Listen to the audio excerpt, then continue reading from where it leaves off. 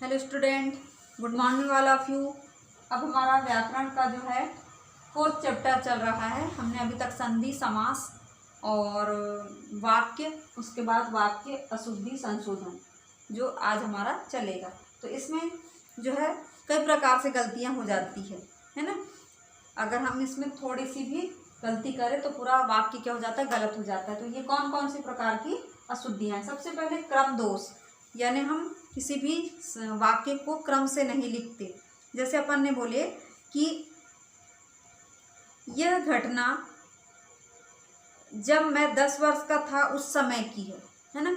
तो इसको सही जब लिखेंगे तो लिखेंगे यह घटना उस समय की है जब मैं 10 वर्ष का था, है ना। वैसे ही इसी में एक और सेंटेंस देख लीजिए, वह किताब जो कोने में रखी है वह बहुत अच्छी है।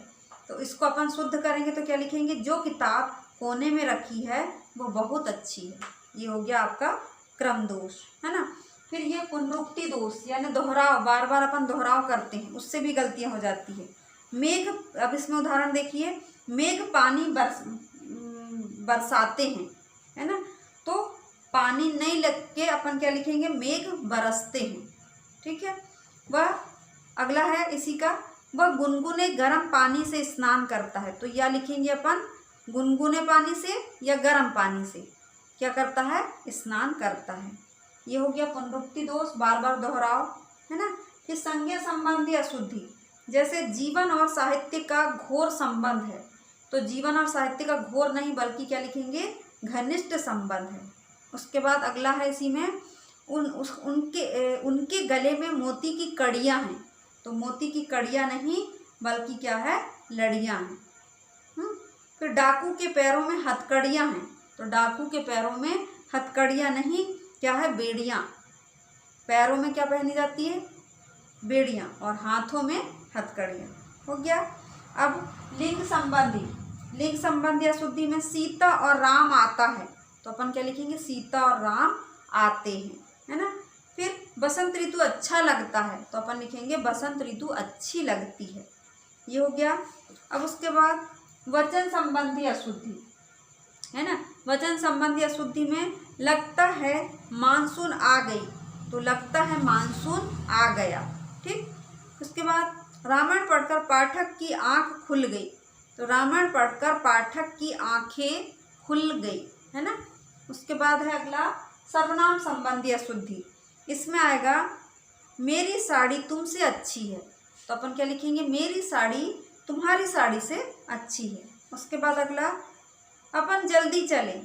तो हम जल्दी चलें। ये हो गया सर्वनाम संबंधी। उसके बाद विशेषण संबंधी अशुद्धि, गाय काली चर रही है। तो अपन क्या इसका शुद्ध करेंगे, काली गाय चर रही है। अगला इसका, हवा ठंडी बह रही है। तो लिखेंगे ठंडी हवा बह रही है। ये हो गया विशेषण संबंधी। अब अगला है ये क्रिया संबंधी अशुद्धि। तो जूता निकाल दो। तो अपन कहेंगे जूता उतार दो, है ना। फिर जल्दी से कुर्ता डाल लो, है ना। तो उसके शुद्ध वाक्य लिखेंगे जल्दी से कुर्ता पहन लो, है ना। उसके बाद क्रिया विशेषण संबंधी अशुद्धि, क्रिया विशेषण संबंधी में वह बड़ी चालाक है। तो अपन उसका क्या करेंगे, वह बहुत चालाक है।